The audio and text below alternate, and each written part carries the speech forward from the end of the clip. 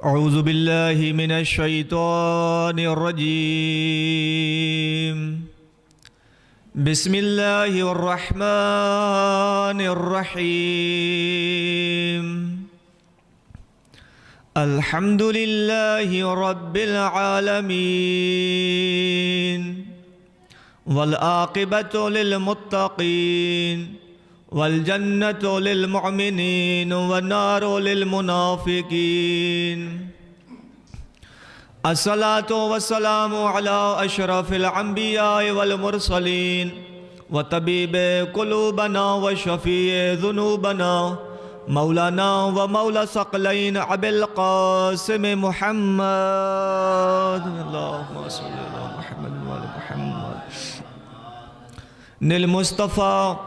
نل مصطفى وعلى آله الطيبين الطاهرين المعصومين المظلومين ولعنة الله على أعدائهم أجمعين في الدنيا والآخرة أما بعد فقد قال الله تبارك وتعالى في كتاب المجيد بسم الله الرحمن الرحيم إنما يريد الله ليذهب عنكم الرجس أهل البيت ويطهركم تطهيرا اللهم صل على محمد وآل محمد نعرہ تکبیر خالق اکبر کا نام ہے بلند آواز سے لگائیں نعرہ تکبیر نعرہ رسالت نعرہ حیدری حسینیت یزیدیت دشمنان اہل بیت لعنت ظہور امام زمانہ بآواز بلند صلوات اللہم صلی علی محمد وآل محمد کریم خالق آپ کا آنا اپنی بارگاہ میں شرف قبولیت عطا فرمائے بانیان جشن سامعین جشن کریم خالق ہر ایک کو اپنی نیتوں کے مطابق اجر عظیم عطا فرمائے عزیزان محترم سامعین گرامی قدر ایصال ثواب کے لیے یہ جشن کا پروگرام رکھا گیا ہے قبلہ محترم سید اون رضا شمسی صاحب کی زوجہ محترمہ کی ایصال ثواب کے لیے اور اپنے گناہوں کی بخشش کے لیے ایک باواز بلند صلوات سنیں اللہم صلی علی محمد وآل محمد عزیزان محترم اللہ کے لا ریب بے عیب کتاب سے چھوٹی سی آیت آپ کے سامنے تلاوت کرنے کا شرف حاصل کیا ہے یہ قرآن کوئی عام قرآن نہیں یہ کتاب کوئی عام کتاب نہیں یہ وہ قرآن ہے جس کو دیکھنا بھی عبادت پڑھنا بھی عبادت سننا بھی عبادت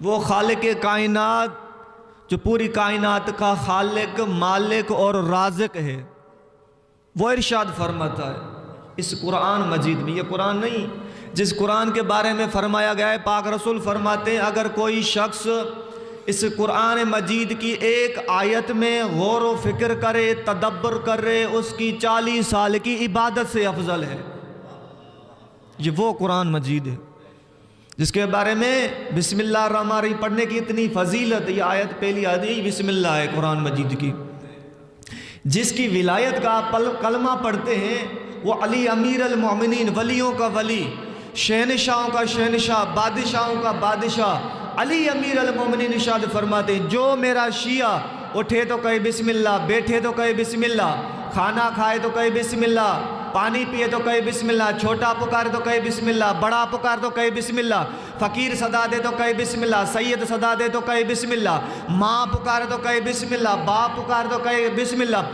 یعنی علی امیر المومنین فرماتے ہیں جو میرا شیعہ اٹھتے بیٹھتے بسم اللہ کو اپنی عادت بنا لے گا میں ابو طالب کا بیٹا وعدہ کرتا ہوں پل صراط کا جب منظر ہوگا سارے انسان پل صراط سے گزر رہے ہوں گے تو میں دور سے اس شخص کو دیکھوں گا اور کہوں گا آ گیا میرا شیعہ بسم اللہ بسم اللہ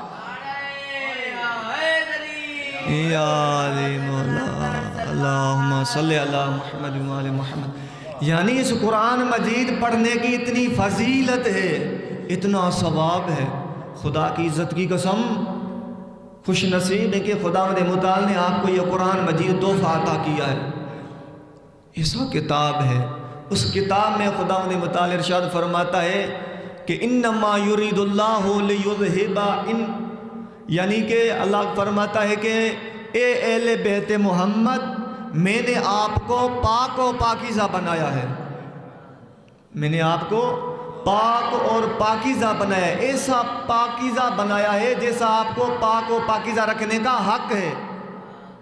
یہ کوئی عام آیت نہیں، پوری کائنات اس آیت کی ایک زیر کے برابر بھی نہیں۔ بڑا مقام ہے آل محمد کا، جس کے بارے میں فرماتا ہے کہ میں آل محمد سے نجس لوگ، جو نجس لوگ ہیں، رجس لوگ ہیں، وہ میں نے آل محمد سے دور کر دیے ہیں۔ لیکن خوش نصیب ہیں آپ، کیونکہ آپ آج یہ جشن میں آئے ہوئے ہیں کہ یعنی ان سے یہ معلوم ہوتا ہے کہ آپ پاک و پاکیزہ ہیں، نجس نہیں ہیں۔ اگر نجس ہوتے تو اس جشن کے قریب نہ آتے۔ اللہ کیا کہتا ہے؟ حسین میں نے آپ کو پاک و پاکیزہ بنایا ہے۔ تو اس کے مطابق آج جناب سیدہ کی ولادت کا دن ہے۔ شعبان میں معظم واحد مہینہ ہے جس میں کوئی شہادت نہیں۔ یکم شعبان سے لے کر 15 شعبان تک ساری خوشیاں کا دن ہے۔ یعنی وہ ہو ہی نہیں سکتا کہ جہاں پر حسین کا ذکر ہو زینب کا ذکر نہ ہو، یہ ہو ہی نہیں سکتا جہاں حسین کا ذکر ہو وہاں عباس کا ذکر نہ ہو، جہاں عباس کا ذکر نہ ہو، جہاں عباس کا ذکر ہو وہاں قاسم کا ذکر نہ ہو، جہاں قاسم کا ذکر ہو وہاں علی اکبر کا ذکر نہ ہو۔ دیکھو پہلی شعبان کو بی بی زینب کی ولادت کا دن ہے، 3 کو مولا حسین، 4 کو مولا عباس، 5 کو شہزادہ امام سجاد علیہ السلام، 7 کو شہزادہ قاسم اور 10 کو شہزادہ علی اکبر علیہ السلام۔ یعنی خوشیوں کا مہینہ ہے۔ محمد خوش نصیب ہے کہ اللہ تبارک و تعالیٰ نے آپ کو ایسے رہنما، ایسے رہبر عطا کیے، پوری کائنات کو کسی کو عطا نہیں کیے۔ ایسے رہبر اور رہنما خداوند متعال نے آپ کو عطا کیے، ایسی ہستیاں خداوند متعال نے آپ کو عطا کی۔ ابھی آپ نے یہ ایصال ثواب کے لیے جشن کا پروگرام رکھا ہے نا، ابھی دیکھو عظمت کہ آیت اللہ تقی بہجت ہے، اس کا ثواب کتنا ہے ایصال ثواب کا۔ آیت اللہ تقی بہجت سے کسی نے پوچھا آغا میرے 2 سوال ہیں، کہا بسم اللہ۔ اگر پہلا میرا سوال یہ ہے، اگر کسی بندے کا، کسی مومن کا کوئی والد صاحب یا ماں یا کوئی بھی رشتہ دار اس دنیا سے ریلت فرما جائے، وفات کر جائے، تو ان کے لیے کیا ہم ادھر اعمال بجا لائیں جو ان کو اجر ملے، ان کو ثواب ملے؟ اور دوسرا آغا یہ ہے کہ اگر کوئی شخص اس دنیا سے چلا جاتا ہے تو قبر میں اس کی کیا خواہش ہوتی ہے؟ کاش دنیا میں یہ کام انجام دیتا۔ تو آیت اللہ تقی بہجت نے کیا فرمایا؟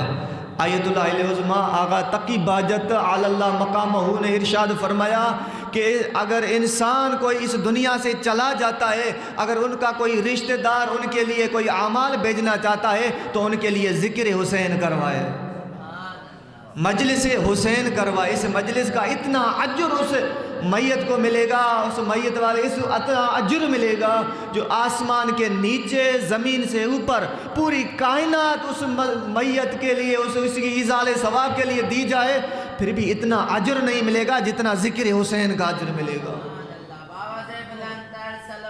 اللہم صلی اللہ محمد و محمد، اتنا اجر ملتا ہے ان کو۔ کہا جو قبر میں چلا جاتا ہے ان کی یہ خواہش ہوتی ہے۔ کہا میرے استاد محترم مجھے خواب میں آئے، تو میں نے کہا استاد جی کوئی خواہش دنیا میں رہ گئی ہو؟ تو استاد نے فرمایا نہیں کوئی خواہش نہیں ہے، لیکن ایک خواہش رہ گئی ہے۔ کہا کون سی؟ کہا کاش میں نے دنیا میں زیارت عاشورہ پڑھی ہوتی، زیارت عاشورہ پڑھی ہوتی۔ کہا آغا یہ تو آپ ہر نماز کے بعد زیارت عاشورہ پڑھتے تھے؟ کہا ہاں ہر نماز کے بعد زیارت عاشورہ پڑھتا تھا، لیکن کاش دن رات ہر ایک سیکنڈ، ہر ایک منٹ میں زیارت عاشورہ میں پڑھنے میں گزار دیتا۔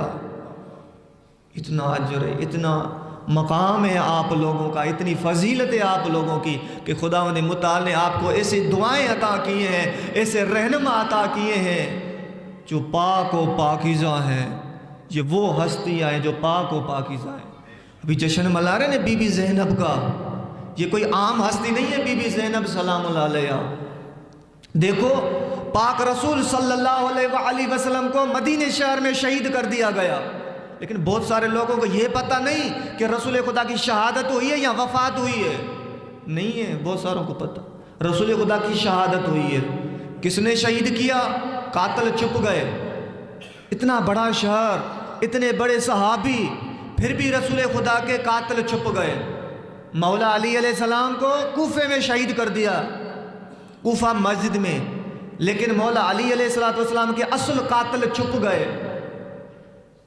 اس کا ہاتھ، کس کا ہاتھ تھا مولا علی کے قتل میں؟ وہ اصل قاتل چھپ گئے۔ بی بی زہرا سلام اللہ علیہ کو مدینے میں شہید کر دیا گیا، لیکن اس کے بھی اصل قاتل چھپ گئے۔ کتنے مسلمان تھے، کتنی آبادی تھی مدینے کی۔ امام حسن مجتبی علیہ السلام کے اصل قاتل کون تھے؟ وہ بھی چھپ گئے۔ تو ابھی میں کہتا ہوں جو سبزی فروش ہو نا، دیہات کا رہنے والا ہو نا، ان سے پوچھیں گے حسین کا قاتل کون ہے تو آپ کو بتائے گا یزید۔ یہ کس نے پیغام پہنچایا؟ وہ ہستی ہے بی بی زینب سلام اللہ علیہ، وہ مقام ہے جناب سیدہ کو۔ آج گھر گھر میں جو بھی حسین کو مانتا ہے یزید پر لعنت کرتا ہے۔ کیوں کرتا ہے؟ یہ مبلغہ تھی بی بی زینب سلام اللہ علیہ، اسلام کی پہلی عزادار تھی۔ اگر آپ آج عزادار ہیں تو بی بی زینب کی وجہ سے، اس نے یہ اسلام زندہ کیا۔ جس کی خاطر یہ پوری کائنات بنی اس کو محمد مصطفیٰ کہا جاتا ہے، اور جس نے اس پوری کائنات کو بچایا، اس دین کو بچایا، اسے حسین کہا جاتا ہے، اور جس نے حسین کو بچایا اسے زینب کہا جاتا ہے۔ اور روایت میں ملتا ہے کہ جب بھی جناب سیدہ بی بی زینب سلام اللہ علیہ مصلی عبادت پہ آتی تھی تو سب سے پہلے حسین کی زیارت کرتی تھی، مولا حسین کی زیارت کرتی تھی۔ تو یہ سوچ رہی ہوگی کہ ہو سکتا ہے میری زندگی کی یہ آخری نماز ہو، اس سے پہلے میں اپنے حسین کی زیارت کروں۔ یہ وہ مقام ہے اہل بیت علیہ السلام کا۔ لیکن خوش نصیب ہیں آپ کہ اللہ نے آپ کو ایسے رہبر اور رہنما عطا کیے ہیں۔ یہ جشن کا پروگرام کر رہے ہیں، کوئی عام پروگرام نہیں، آپ کی کوئی عام حیثیت نہیں، عام مقام نہیں۔ اس لیے میں کہا کرتا ہوں کہ ہر مومن پر لازم ہے کہ دنیا میں دو کام کبھی نہیں چھوڑا ہے، دو کام کبھی مت چھوڑنا۔ اگر اہل بیت سے وفاداری چاہتے ہو، اہل بیت کے ساتھ وفاداری کرنا چاہتے ہو تو دنیا میں دو کام کبھی نہیں چھوڑنا۔ پہلا ہے درود، دوسری ہے لعنت۔ نہ درود شریف چھوڑنا، نہ تبرہ چھوڑنا۔ درود محمد و آل محمد پہ پڑھتے رہنا اور لعنت محمد و آل محمد کے دشمنوں پر کرتے رہنا۔ یہی آپ کا فریضہ ہے، یہی آپ کے سب سے زیادہ فریضہ ہے۔ یہی آپ جب یہ کام انجام نہیں دیں گے تو آپ کا کوئی اتنا مقام نہیں ہوگا۔ کیوں؟ میں آپ کو حدیث سنا رہا ہوں، صلوات سنا ایک بآواز بلند، اللہم صلی اللہ محمد وآل محمد۔ راوی ہیں حضرت ابو ذر غفاری۔ راوی کون ہے؟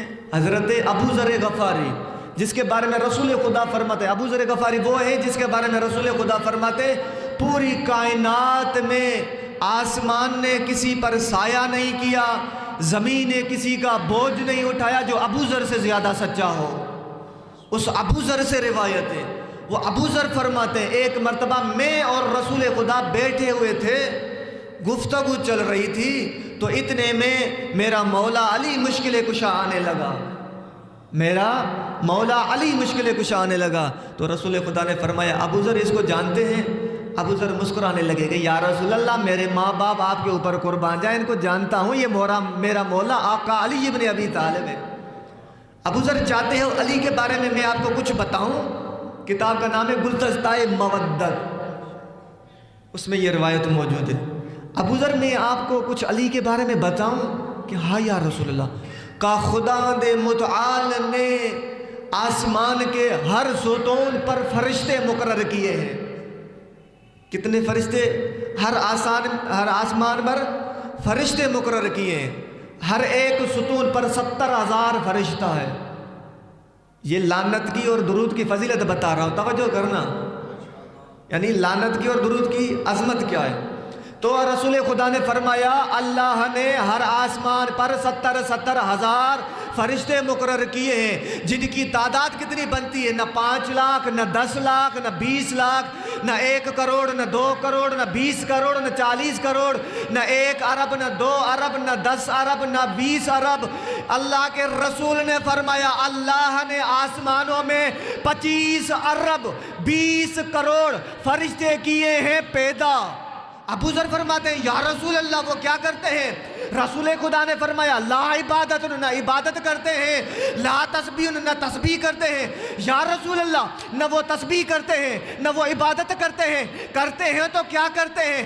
کہا ابو ذر اللہ نے جو 25 ارب 20 کروڑ آسمانوں میں بنائے ہیں فرشتے، پیدا کیے ہیں فرشتے، خلق کیے ہیں فرشتے، ان پر صرف اور صرف واجب یہ ہوتا ہے کہ وہ محمد و آل محمد پر درود پڑھتے ہیں اور محمد و آل محمد کے شیعوں کے دشمنوں پر تبرہ کرتے ہیں۔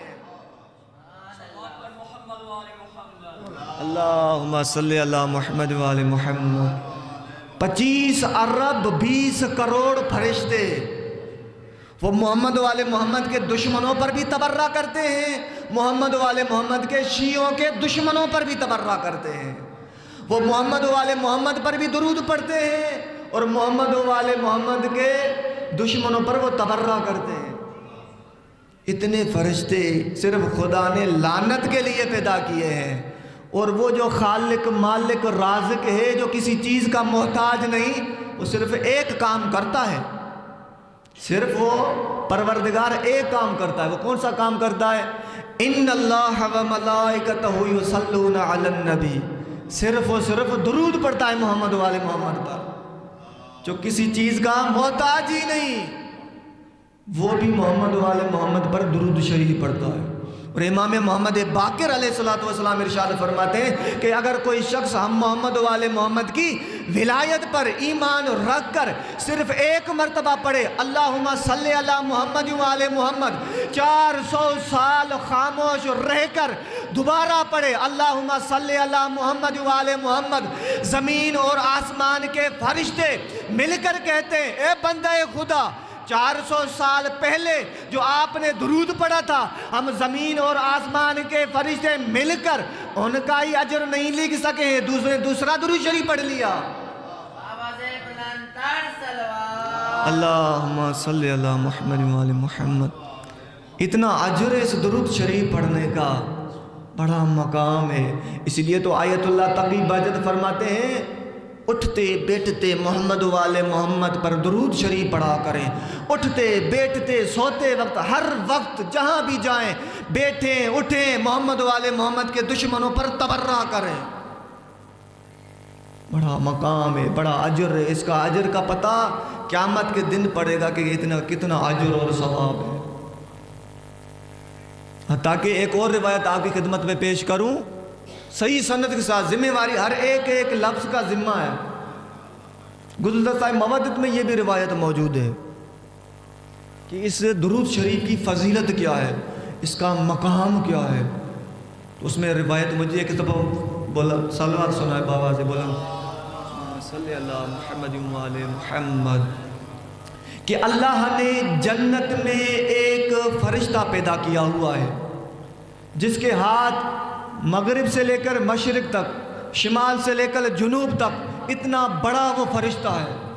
جب بھی کوئی بندہ محمد و آل محمد پر درود پڑھتا ہے صرف ایک مرتبہ اللہم صلی اللہ محمد و آل محمد، وہ جو فرشتہ ہوتا ہے وہ درخت کی ایک ٹالی پر بیٹھا ہوتا ہے، جب کوئی شخص درود پڑھتا ہے محمد و آل محمد پر، وہ فرشتہ اس درخت کا سے اڑ کر اس حوض میں گھوتا لگاتا ہے۔ جب گھوتا لگا کے واپس آتا ہے تو روایت یہ کہتی ہے دنیا جتنا وہ فرشتہ ہے، کروڑوں کی تعداد میں ان کے پر ہیں، کروڑوں کی تعداد میں ان کی انگلیاں ہیں، وہ فرشتہ جب حوض کوثر سے ڈوبی لگا کے گھوتا لگا کے باہر آتا ہے تو ان سے پتہ نہیں اربوں کی تعداد میں، پتہ نہیں خربوں کی تعداد میں قطرے گرتے ہیں۔ تو رسول خدا نے فرمایا وہ فرشتے تھے جتنے بھی قطرے گرتے ہیں، ہر ایک ایک قطرے سے خداوند متعال ایک ایک فرشتہ پیدا کرتا ہے، اور وہ فرشتہ جو بھی صلوات پڑھتا ہے اس پر درود شریف پڑھتا رہتا ہے۔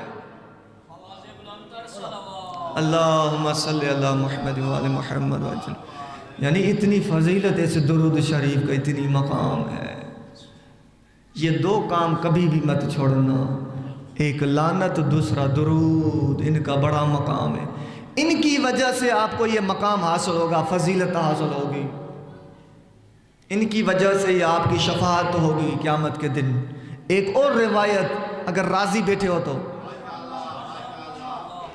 ایک اور روایت میں ملتا ہے، روایت کس سے؟ روایت میں ملتا ہے، روایت کس سے؟ امام حسین علیہ السلام سے، مولا حسین سے روایت ہے۔ تو مولا حسین فرماتے ہیں کہ میں اور میرا بابا علی ابن ابی طالب علیہ السلام پہاڑوں سے کہیں جا رہے تھے تو دیکھا ایک تتر ہے، دیکھا کہ ایک تتر ہے، پرندہ ہے جو ادھر عبادت کر رہا ہے۔ تو میرے بابا علی ابن ابی طالب نے تتر کو سلام کیا، تتر نے بھی جواب دیا۔ تو مولا نے فرمایا اے تتر تو ادھر کیا کرتا ہے؟ کہا کہ مجھے 40 سال ہو گئے ہیں، مجھے 40 سال ہو گئے میں ادھر اللہ کی عبادت کرتا رہتا ہوں۔ کہا اچھا؟ کہا ہاں۔ کہا ادھر تو نہ پانی ہے نہ کھانے کے لیے کوئی چیز ہے، آپ کیا کھاتے ہو کیا پیتے ہو؟ تو تتر نے کیا کہا؟ جب بھی مجھے پیاس لگتی ہے تو میں کہتا ہوں اے میرے پروردگار اللہ مجھے پیاس لگی ہے، پیاس لگی ہے۔ تو اللہ تبارک و تعالیٰ کا غیبی آواز آتا ہے اے پرندے میرا ہے نبی جس کا نام ہے محمد، اس کا ہے وسیع جس کا نام ہے علی، علی اور علی، علی اور علی کے شیعوں پر درود شریف پڑھو تو آپ کی پیاس ختم ہو جائے گی۔ تو جب بھوک لگتی ہے تو پھر کہا جب بھی مجھے بھوک لگتی ہے میں کہتا ہوں میرے پروردگار اللہ مجھے بھوک لگی ہے۔ تو پروردگار کی غیبی آواز آتی ہے اے پرندے میرا ہے نبی جس کا نام ہے محمد، اس کا ہے وسیع جس کا نام ہے علی، علی علی کے اور علی کے شیعوں کے دشمنوں پر تبرہ کرو تو اللہ تیری بھوک ختم کر دے گا۔ اگر ادھر اس دنیا میں بھی رزق چاہتے ہو محمد والے محمد کے دشمنوں پر تبرہ کرو، اگر پیاس لگی ہوتی ہے تو محمد والے محمد پر صلوات پڑھ لیا کرو، ان کا اتنا مقام ہے۔ محمد والے محمد، اس کا اتنا بڑا اجر و ثواب ہے۔ صرف یہ دو چیزیں کبھی نہیں چھوڑا کریں۔ میں نے دیکھا ہے ادھر تقریباً مجھے 3 سال مکمل ہو گئے ہیں ادھر شیعہ میاڑی میں، تقریباً جانتے ہیں سندھ کا رہنے والا ہوں، تو مجھے 3 سال ادھر ہو گئے ہیں۔ میں نے دیکھا ہے مومنین کے سورہ بقرہ پر جاتا ہوں یا مومنین کی دعوتوں پر یا ادھر آتا جاتا ہوں تو میں تقریباً آپ کے مزاج سے واقف ہو گیا ہوں، آپ کے مزاج سے میں واقف ہو گیا، قسم بخدا اس منبر حسین کی قسم ہے۔ میں جہاں بھی کچھ لوگ کہتے ہیں ادھر میں جدھر بھی جاتا ہوں تو مجھے کہتے ہیں سندھی جو ہوتے ہیں نا بڑے مہمان نواز ہوتے ہیں، تو میں جہاں بھی جاتا ہوں نا تو میں آپ کی مثال دیتا ہوں، سورج میانی والے کوئی عام نہیں، خدا کی عزت کی قسم میں نے آپ کو دیکھا ہے، آپ کے مزاج کو دیکھا ہے، تو میں جہاں بھی جاتا ہوں تو آج سورج میانی والے مومنین کی مثال دیتا ہوں، میں یہی مثال دیتا ہوں ہر جگہ۔ میں سندھ میں گیا ایک جگہ پر میں نے یہ مجلس بھی پڑھی، اس میں بھی یہ جملہ پڑھا، میں نے یہ کہا کہ علی اور زہرا کا دشمن چاہے پاکستان میں چھپا ہوا ہو، چاہے پاکستان کے کسی کونے میں چھپا ہوا ہو، چاہے جنگ سیال کے کسی کونے میں چھپا ہوا ہو، چاہے مدینے میں چھپا ہوا ہو، اس منبر حسین کی قسم ہے جدھر بھی چھپا ہوا ہو، چاہے مدینے میں چھپا ہوا ہو علی اور زہرا کا دشمن، لیکن سورج میانی والوں کی لعنت سے بچ نہیں سکتا، نہیں بچ سکتا۔ اور محمد والے محمد پر درود شریف پڑھ لیا کریں۔ یعنی آپ کے مزاج سے میں واقف ہوں، خوش نصیب ہے کہ خدا نے مطالعہ عطا کیا ہے۔ لیکن ایک شکایت ہے مجھے، تقریباً 3 سال مجھے ہو گئے، یہ لائیو چل رہا ہے، پیغام جا رہا ہے، تقریباً جتنے بھی جتنے تک آواز جا رہی ہے میری، ایک شکایت ہے میری، بس صرف ایک شکایت. تو میں نے دیکھا ہے تقریباً ہر جگہ، تقریباً پورے پاکستان میں ہی میں نے دیکھا ہے ہر جگہ، تو پورے پاکستان والوں سے لیے. تو میں دیکھتا ہوں کہ جب بھی یہ شعبان کا مہینہ چل رہا ہے نا، تو جیسے آپ آل محمد کو مانتے ہیں نا، امام زمانہ کے بھی معرفت حاصل کر لیا کریں. امام زمانہ علیہ السلام کی معرفت کو اپنائیں. یہ شعبان کا مہینہ چل رہا ہے، میں نے دیکھا ہے 15 شعبان کو بھی میں نے دیکھا ہے. صرف سورج میانی کی بات نہیں کر رہا، پورے پاکستان کی بات کر رہا ہوں. میں نے دیکھا ہے بہت ساری جگہوں پہ، سندھ ہو، پنجاب ہو، جہاں بھی ہو، تو میں نے دیکھا ہے کہ ذاکرین اور امامے والے بھی اس ممبروں پر 15 شعبان کو بھی جنگ صفین پڑھتے ہیں، جنگ خیبر پڑھتے ہیں، جنگ احد پڑھتے ہیں. او بھائی جنگ صفین پڑھیں، ہم ان کے منکر نہیں، لیکن دیکھیں تو صحیح 15 شعبان المعظم کس کے ساتھ مخصوص ہے؟ یہ شعبان کا مہینہ کس کے ساتھ مخصوص ہے؟ مخصوص ہی پڑھا کریں. لیکن کبھی میں نے یہ نہیں دیکھا کہ کسی ذاکر نے یا کسی مولوی نے امام زمانہ پر عشرہ پڑھا ہو. امام زمانہ کی معرفت حاصل کریں. آپ کو پتہ ہے یہ کتنا آپ کو اجر ملا ہے، کتنی فضیلت آپ کو ملی ہے، یہ جناب سیدہ کے صدقے میں ملی ہے. تو آپ بتائیں جناب سیدہ کے صدقے میں جو آپ کو یہ فضیلت عطا کی ہے خدا نے، اسی جناب سیدہ کو تکلیف دے. جناب سیدہ کو کس بات پر تکلیف آتی ہے سب سے زیادہ؟ امام جعفر صادق علیہ السلام ارشاد گرامی فرماتے ہیں کہ میری دادی پہ سب سے زیادہ تکلیف آتی ہے جب کوئی شخص امام زمانہ کو تکلیف دیتا ہے یا جناب سیدہ کو تکلیف دیتا ہے. جو شخص جناب سیدہ کو تکلیف دیتا ہے وہ کون؟ جو امام زمانہ علیہ السلام کو تکلیف دیتا. جو ہمارے بارے مہدی کو تکلیف دے گا، امام کو تو پتہ تھا. ابھی ایک عالم دین تھے قم میں، ایک عالم دین تھے، کسی مومن نے اپنے گھر میں دعائے کمیل کا پروگرام رکھا. شب جمعہ جیسے ادھر ابھی میں نے اس لیے مثال دی تھا، ہر شب جمعہ ماشاءاللہ روحانی ماحول ہوتا ہے ہر شب جمعہ یہاں. تو یقیناً یہ وہی پروگرام ہے جہاں پر امام زمانہ آتے ہیں. ہمارا عقیدہ بھی ہے، امام سجاد آتے ہیں، جناب سیدہ آتی ہے. قم میں ایک مومن نے اپنے گھر دعائے کمیل کا پروگرام رکھا، دعائے کمیل کا پروگرام رکھا. تو مدرسے کے مولویوں کو بھی بلایا، علماء کو بھی بلایا، طلاب کو بھی بلایا، جہاں یہاں آج کل بلایا جاتا ہے ادھر بھی ایسے ہی رواج ہے. تو ساروں کو بلایا گیا. تو ہر کسی کا اپنا اپنا مقام ہے، ہر کسی کی اپنی اپنی فضیلت ہے. تو جب بلایا گیا تو دعائے کمیل چل رہی تھی. تو اتنے میں ایک عالم دین تھے، بوڑھے شخص تھے. تو اس نے دیکھا دروازے کی طرف جہاں جتیاں اتار رہے تھے، جہاں پر جتیاں اتار رہے تھے، تو اس نے دیکھا تو ایسے ہی کانپنے لگا، ایسے ہی کانپنے لگا. کانپتے ہوئے وہاں پر دروازے پر گر گیا، روایت کہتی ہے. تو جیسے ہی دروازے پہ گرا سارے حیران ہو گئے. تو وہ جیسے ہی دروازے پہ گر رہا تو حیران ہو گئے، سارے پریشان ہو گئے، یہ کیا کر رہا ہے؟ تو وہ اصل میں امام زمانہ تھے جو دروازے پر کھڑے تھے، اندر نہیں آ رہے تھے. کہا مولا آپ اندر کیوں نہیں آتے؟ کہا نہیں میں اس گھر میں نہیں آؤں گا. کیوں مولا؟ آ جائیے دعائے کمیل چل رہی ہے. تو مولا نے کیا فرمایا؟ مولا نے فرمایا اس گھر میں ایک نقص ہے، اس گھر میں ایک نقص ہے، اس وجہ سے کرے میں اس پروگرام میں نہیں آؤں گا، اس دعائے کمیل میں شریک نہیں ہوں گا. مولا کون سا نقص ہے؟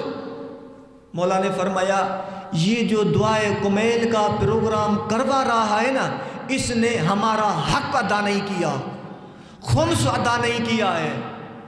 اس نے اس دعائے کمیل کا پروگرام رکھنے والے مومن نے ہمارا حق ادا نہیں کیا، خمس نہیں دیا، لہٰذا میں اس کے گھر میں داخل نہیں ہوں گا.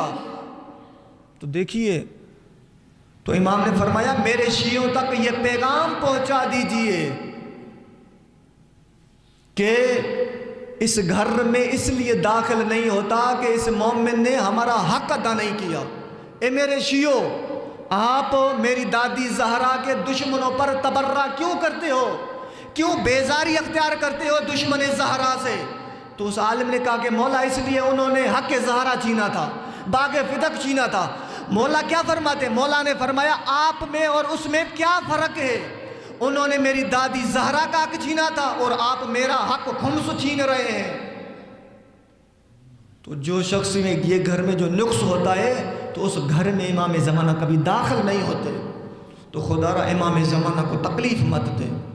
یہ امام زمانہ کو تکلیف نہیں دے رہے، بی بی زہرا کو تکلیف دے رہے، ان کو تکلیف ہو رہی ہے. ایک عالم دین کیا کہتے ہیں، جب میں نے امام زمانہ سے ملاقات کی، میں ملا تو دیکھا امام زمانہ کبھی ادھر دیکھ رہے ہیں، کبھی ادھر دیکھ رہے ہیں، کبھی ادھر دیکھ رہے ہیں، کبھی ہنس رہے ہیں، کبھی رو رہے ہیں. میں نے پوچھا مولا یہ کیا ماجرا ہے، کبھی ادھر دیکھ رہے ہیں، کبھی ادھر دیکھ رہے ہیں، کبھی ہنس رہے ہیں، کبھی رو رہے ہیں. تو مولا نے کہا ہاں، مجھے اپنی دادی زہرا نے یہ وصیت کی تھی کہ میرے مہدی بیٹا میرے حسین کے عزاداروں کو تنہا نہیں چھوڑنا، جب بھی اس پر کوئی بھی مشکل آ جائے تو فوراً اس کی مدد کرنا. تو میں دیکھتا ہوں جہاں تک یہ دنیا چلی جاتی ہے، جو بھی میرے حسین کا عزادار ہوتا ہے مجھے پکارتا ہے، میں فوراً جا کر اس کی مدد کرتا ہوں. یہ یہاں بھی اس لیے دیکھتا ہوں، یہاں بھی اس لیے دیکھتا ہوں. مولا پھر ہنستے کیوں ہیں؟ مولا نے کہا ہنستا اس لیے ہوں، اگر کوئی ہمارا ماننے والا حسین کا عزادار کوئی نیکی کرتا ہے، خمس ادا کرتا ہے، زکوٰۃ دیتا ہے، کسی یتیم کو کوئی چیز کھانے کے لیے دیتا ہے، کسی یتیم کو کپڑے دیتا ہے، کسی یتیم کی پرورش کرتا ہے، کسی بوکھے کو کوئی چیز کھلاتا ہے، نماز اول وقت میں پڑھتا ہے، تو میں ہنس کر اس کو دعا دے دیتا ہوں، اے پروردگار اللہ اس کو معاف کر دے جتنے بھی گناہ ہیں. مولا پھر روتے کیوں ہیں؟ تو مولا نے کیا فرمایا؟ مولا نے فرمایا اس لیے روتا ہوں، جب میرا ماننے والا میرا شیعہ گناہ کرتا ہے تو میں خون کی آنسو روتا ہوں، خون کی آنسو رو کر خداوند متعال سے اس کے لیے معافی طلب کرتا ہوں. تو کیوں تکلیفیں دے رہے ہیں امام زمان علیہ السلام؟ پیغام امام زمان علیہ السلام کے شعبان المعظم کا مہینہ ہے، یکم شعبان سے لے کر 30 شعبان تک امام زمانہ کی معرفت پر مطالعہ کریں، امام زمانہ کی معرفت حاصل کریں. یہ میں نے آپ کو فضیلت بتائی ہے نا، کتنا مقام ہے آپ کا، آپ شیعان حیدر کرار کا، عزاداران امام حسین کا بڑا مقام ہے، لیکن امام زمانہ کو تکلیف دے تو کسی کام کا نہیں ہے یہ مقام. امام زمانہ کو تکلیف نہ دے. امام زمانہ کیا فرماتے ہیں زیارت نائیہ میں؟ امام فرماتے ہیں دادا حسین جب سے میں اس دنیا میں آیا ہوں تم پر صبح کو بھی روتا ہوں، شام کو بھی روتا ہوں، رات کو بھی روتا ہوں. اے دادا حسین جب دنیا کا عزادار تم پر گریا کرتا ہے تو وہ 5 دن رہتا ہے، 10 دن روتا ہے محرم کے. دادا حسین جب سے میں اس دنیا میں آیا ہوں ساری زندگی روتا رہتا ہوں، صبح کو بھی شام کو بھی روتا رہتا ہوں. اے دادا حسین جب دنیا کا عزادار تم پر گریا کرتا ہے نا تو ان کی آنکھوں سے آنسو بہنا شروع ہو جاتے ہیں، پانی بہنا شروع ہو جاتے ہیں. تو جب میں دادا حسین آپ کے غم میں گریا کرتا ہوں تو خدا جانے میرے آنکھوں سے آنسو نہیں، خون بہنا شروع ہو جاتا ہے، خون بہنا شروع ہو جاتا ہے. پھر امام زمانہ کیا فرماتے ہیں عالم دین کو؟ اے عالم دین میرے شیعوں کو جا کر کہہ دو میں امام زمانہ کربلا کے مسائب پہ اتنا گریا نہیں کرتا، علی اکبر کے مسائب پہ اتنا گریا نہیں کرتا، زینب کی چادر پہ اتنا گریا نہیں کرتا جتنا تمہارے گناہوں کو دیکھ کے روتا ہوں. تو خدا جانے جب وہ کربلا کو یاد کر کے، کربلا کے مصائب کو یاد کر کے امام زمان علیہ السلام خون کے آنسو رو رہے ہیں تو ہمارے گناہوں کو دیکھ کے کتنا وہ خون کے آنسو روتے ہوں گے. آج کل ہماری خوشیوں کا ماحول ہی تبدیل ہو گیا ہے، غمیوں کا ماحول ہی تبدیل ہو گیا ہے. آج کل جب ہماری شادیاں ہوتی ہیں آپ دیکھتے ہیں کہ شادیوں میں کیا عورتوں کو نچوایا جاتا ہے، عورتیں ناچتی ہیں، یہ ایسی خوشیاں ہو جاتی ہیں.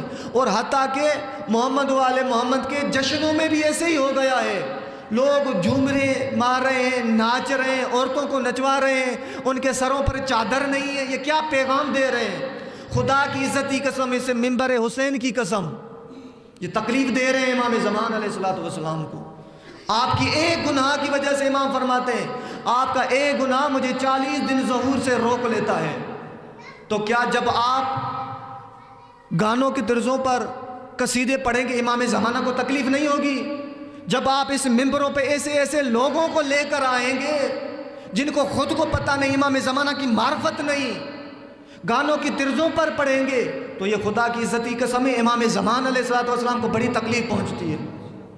خدا را امام زمان علیہ الصلوۃ والسلام کو تکلیف نہ دیں۔ بی بی فرماتی ہے کہ میرے بیٹے مہدی کو تکلیف نہیں دینا۔ اتنی آپ کو فضیلت جناب سیدہ کی وجہ سے ملی ہے، اور آپ ہیں جو جناب سیدہ کے اس بیٹے مہدی کو اتنی تکلیف دے رہے ہیں۔ خدا را مت انتظار کروائیں امام زمانہ کو مزید۔ وہ جناب سیدہ جو فرماتی ہے میں جنت کے دروازے پر آپ کا انتظار کر رہی ہوں، تو کتنی تکلیف دے رہے ہیں۔ ابھی تک پہلو پر ہاتھ رکھ کے جناب سیدہ جنت کے دروازے پر کھڑی ہے۔ خدا را ایسا مت کریں، امام زمانہ کو تکلیف مت دیں۔ یہ امام زمانہ کو تکلیف نہیں دے رہے ہیں، بی بی زہرا کو تکلیف دے رہے ہیں۔ یہ امام زمانہ کو نہیں تڑپا رہے، بی بی زہرا کو تڑپا رہے ہیں۔ مت کریں ایسا۔ اپنی خوشیوں کو، ماحول کو تبدیل کریں، اپنی شادیوں میں تبدیلی کریں۔ خدا دی عزت کی قسم، آج کل اگر ہم مومنین کی شادیوں کے حال دیکھتے ہیں تو عجیب ماحول ہے۔ مومنوں کی شادیوں کے عجیب ماحول بنا دیا ہے مومنوں نے، حتیٰ کہ 13 رجب کو بھی ایسا ماحول بنا دیا ہے، 15 شعبان کو بھی ایسا ماحول بنا دیا ہے۔ عورتیں ناچ رہی ہیں، عورتوں کو بلایا جا رہا ہے ممبر حسین پر۔ یہ کیا تماشا بنا دیا گیا ہے۔ ان سے امام زمانہ کو بڑی تکلیف ہوتی ہے۔ امام فرماتے میں کربلا کے مصائب اتنا گریہ نہیں کرتا جتنا آپ کے گناہوں کو دیکھ کے روتا ہوں، بڑی تکلیف ہوتی ہے امام زمانہ۔ دعا ہے کہ خداوند متعال آپ کو اور ہمیں اس پر عمل کرنے کی توفیق عطا فرمائے۔ اپنے اپنی گناہوں کی بخشش کے واسطے، اپنے مرحومین کی گناہوں کی بخشش کے واسطے، ان پر عمل کرنے کے واسطے بآواز بلند صلوات۔